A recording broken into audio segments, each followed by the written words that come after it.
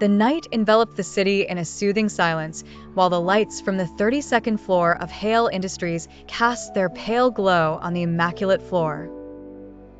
Grace Miller, alone in the vast open space, slowly pushed her cleaning cart, savoring the tranquility.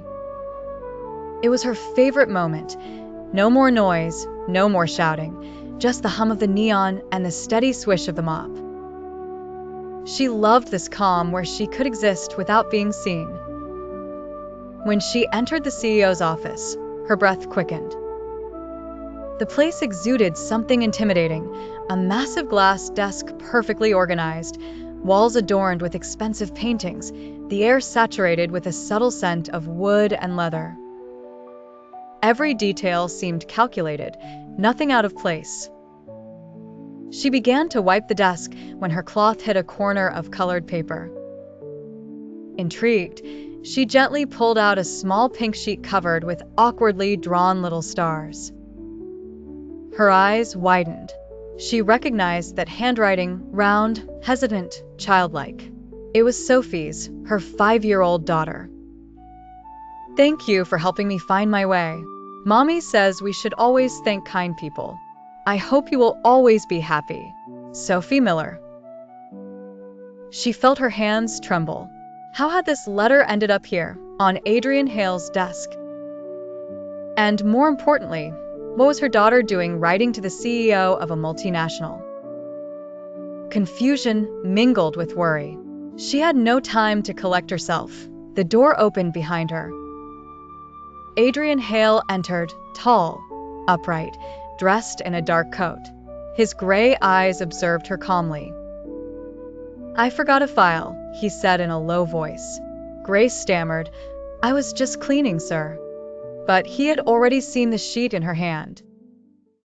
The next morning, Grace could not shake from her mind the image of Adrian Hale, standing in his office, speaking to her about Sophie with that strange gentleness. She thought about it all night, unable to sleep, clutching the pink letter to her chest. How could a man like him, known for his coldness, be the same one who had knelt down to tie a child's shoelace? The contrast troubled her. When morning came, she dropped Sophie off at school, as usual. Her daughter hummed in the car, carefree, her pigtails dancing with every turn. "Sweetheart, do you remember a gentleman who helped you find your class a few days ago?" Sophie looked up at her with her big blue eyes, a bright smile on her lips. "Yes, Mommy. The nice man with all the black hair and the long coat. He said I was brave." Grace felt her heart tighten. "And you wrote him a letter, right?" The child nodded. "Yes. He told me I had a big heart, so I wanted to say thank you. I put it in his pocket, like a surprise." Grace remained silent for a moment, troubled by the simplicity of this response. Part of her found the scene touching, while another part worried. What would this CEO think upon discovering that an employee and her daughter had innocently intruded into his life? Upon arriving at work, she caught the gaze of a few colleagues. Some whispered as they saw the CEO's office lit up at dawn. Adrian Hale was already there, focused, motionless behind the glass. Their eyes met for a brief moment. He gave her a slight nod, almost imperceptible. She responded timidly before looking away. All day long, that simple exchange haunted her. When the elevator opened at the end of the day, a secretary was waiting for her. "Mrs. Miller? Mr. Hale wishes to see you." Her legs nearly gave way. The office welcomed her in a golden evening light. Adrian stood there, an envelope in hand. "This is for Sophie," he said simply. "A little book I loved when I was her age. Tell her she reminded me of something I had forgotten a long time ago." Grace took the envelope, overwhelmed, as he gently added, "You should be proud of her." That evening, Grace placed the envelope on the kitchen table and watched Sophie open it with the excitement of a Christmas morning. Inside was a small book with a worn cover, The Dreams of the Little Star Collector. The child hugged the book to her chest. "Is it from the gentleman?" she asked, awestruck. "Yes, my dear. He gave it to you." Later that night, before going to sleep, Sophie insisted that her mother read her the story. It was about a little boy who collected the stars that had fallen from the sky to reattach them to the celestial vault, believing that each extinguished light belonged to a forgotten dream. At the end of the tale, the child said, "Dreams only die when we stop believing in them." These words echoed in the silence of the room. Later, alone in the kitchen, Grace realized that this story was not trivial. Perhaps Adrian saw a reflection of his own life in it. The next day at the office, she caught the CEO's gaze again. He paused, looking thoughtful. "Did Sophie enjoy the book?" he asked simply. "Yes, very much. She even wants to write a sequel." For the first time, a slight smile stretched across his lips. "She has inherited your strength." Then he added, "I would like to meet her if you don't mind." The idea surprised her. Meeting Adrian Hale, the mysterious CEO, in a neutral and safe setting seemed almost unreal. When they met, Adrian was simple and calm, dressed in a plain sweater, sitting at a makeshift school table. Sophie ran towards him, holding her book against her heart. The CEO leaned slightly, as if crossing a fragile threshold, and said softly, "Hello, Sophie." The child gazed at him, impressed by his stature, but reassured by his gentle voice. The weeks that followed revealed a strange contrast between the public and private life of Adrian Hale. At the office, rumors circulated: abrupt layoffs, ruthless decisions, emotionless negotiations. Employees whispered, fearing his silent judgment. Yet, in the deserted corridors of the night, Grace observed another man, meticulous, patient, human. She saw him repairing an architectural model with simple tools, adjusting a misaligned desk, or fixing a wobbly chair with the focus of a craftsman. Adrian sought neither attention nor applause. He only wanted what was right to be accomplished. This discovery impressed her deeply. He was not just managing a company, he was trying to correct the little things that no one else noticed. Grace began to notice his attentive gestures, his eyes sometimes lingering on her, not as an employee but as a person. Sophie's words echoed in her. Good people exist even when no one sees them. She understood that her child had perceived something that busy adults never saw. One night, when a power issue trapped the elevators, Grace accidentally found herself stuck. Adrian, alerted, did not call security but came personally to her aid, a simple gesture revealing his vigilance, his consideration for others. The CEO's hard features softened when he ensured the safety of another person, a mother, an employee. Grace's gratitude was mixed with a sense of respect and wonder. She saw a man capable of power and kindness simultaneously. This contrast formed a fragile yet sincere balance that captured her attention like never before. When the photos of Sophie and Adrian at school were published, the media world reacted violently. The headlines were cruel: the secret CEO undercover, Adrian Hale, manipulation or generosity, the double life of the silent shark revealed. Grace, already exhausted from work and responsibilities, felt a cold anger rising within her. How could a simple act of kindness be turned into a scandal? Her colleagues looked at her with suspicion, questioning her role and knowledge of the event.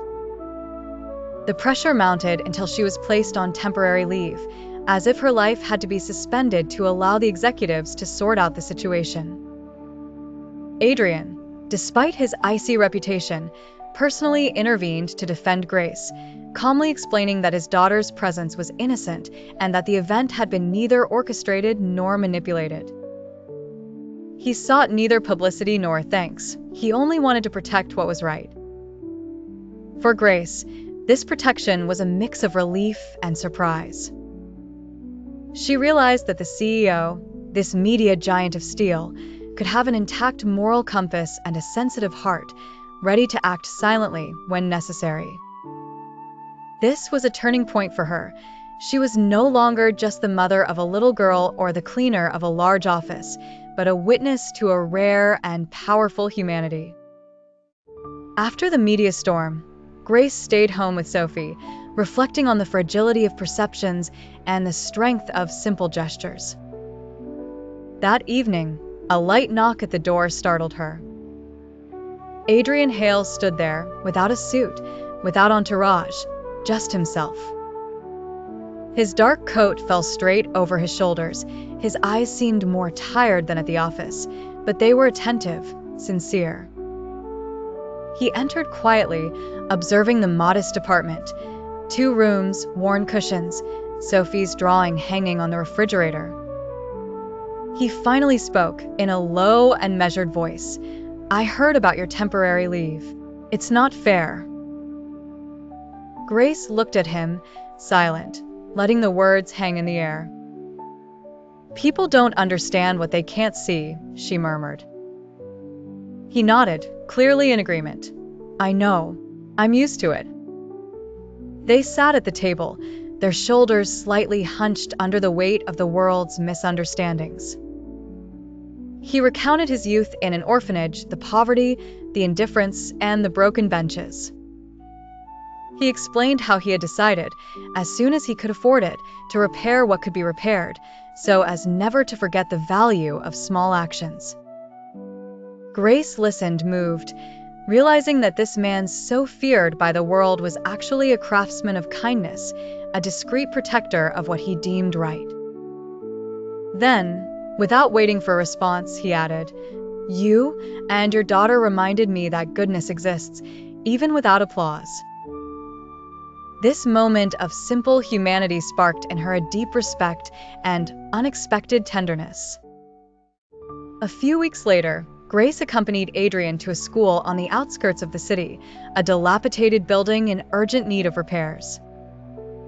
Adrian, once again dressed in jeans with rolled-up sleeves, was painting the walls of a classroom, while Grace organized the materials and colored pencils. Sophie, excited, ran between the tables, distributing her drawings and smiles. The transformation of the place seemed symbolic. A forgotten spot was coming back to life through the quiet work of those who truly cared. Adrian worked patiently, stopping to guide Grace on the best way to distribute tasks or adjust colors. He sought no recognition. There were no cameras, no journalists, no prestigious titles. Grace noticed the precision of his movements, the meticulousness with which he glued a corner of paper, adjusted a wall, repaired a chair. There was pure humanity in his actions, a striking contrast to the relentless CEO that the press portrayed. She then understood that true greatness was not visible from headlines or conferences, but in the silent gestures that change lives. Sophie admired everything, awed by the adult world transforming forgotten places into spaces of joy. That day, Grace felt that kindness could be contagious, passed through small hands and attentive hearts, even in the shadow of great stories. A year passed, and Adrian Hale remained true to his discreet routine. The renovated schools, the repainted libraries, the repaired playgrounds, all bore the mark of his silent commitment. The media had no more scandals to create, yet Grace knew that the outside world was almost entirely unaware of what had been accomplished. Sophie, now 6 years old, regularly wrote little letters to Adrian, sharing her own observations and discoveries. One afternoon, returning from school, Grace found a folded pink letter on Adrian's desk. He had placed it there as a gesture of complicity. The letter read, "Mr. Adrian, thank you for showing me that good people don't need to be famous to be important. But I will still tell my whole class that you are my hero." Adrian read it, a rare and genuine smile stretching across his lips. He murmured, "Thank you, little architect." Grace entered, carrying a box of books, and observed the silent moment. No additional words were needed. The exchange showed her that the impact of their actions was real, tangible, and profoundly human. Over time, Grace became the coordinator of the Kindness Program, working alongside Adrian in schools and community spaces. She managed the scheduling, volunteers, and budgets, while Adrian continued his discreet work, always away from the cameras. Sophie participated enthusiastically, her laughter and drawings punctuating each day. The dynamic they had found created an unexpected balance. Adrian, the feared CEO, became a mentor and a craftsman of change, while Grace, a mother and a strong woman, ensured the continuity and safety of the project. Together, they transformed places, hearts, and lives, and each child's smile was a silent victory. The small actions of each revealed a shared humanity, and Grace understood that strength did not lie solely in power or money, but in the consistency and kindness applied daily. The sun bathed the renovated playground, Sophie running ahead in her pink dress, Adrian gently holding Grace's hand. Together, they formed a trio united by trust, love, and quiet kindness. Sophie's letters, Adrian's discreet gestures, and Grace's quiet strength converged in every child's smile, every repainted wall, every restored corner of the classroom. The story of the little pink letter had transformed into a living movement, invisible to most but deeply real for those involved. Grace understood that true recognition required neither applause nor cameras, only open and attentive hearts. Adrian, once hidden behind a reputation as a silent shark, now walked in the light of his own actions, recognized not for power, but for sincerity. Sophie, joyful and carefree, continued on her path, her spirit open to the beauty of the world. Grace squeezed Adrian's hand, their gazes meeting in a silent exchange of gratitude and understanding. The trio moved forward, guided by the strength of their choices, the purity of their intentions, and the undeniable truth that kindness, even discreet, could transform the world. And in that last ray of sunshine, every action, every letter, every smile blended into a simple truth. Being seen was not a matter of pride, but of awareness, and they had all found it together.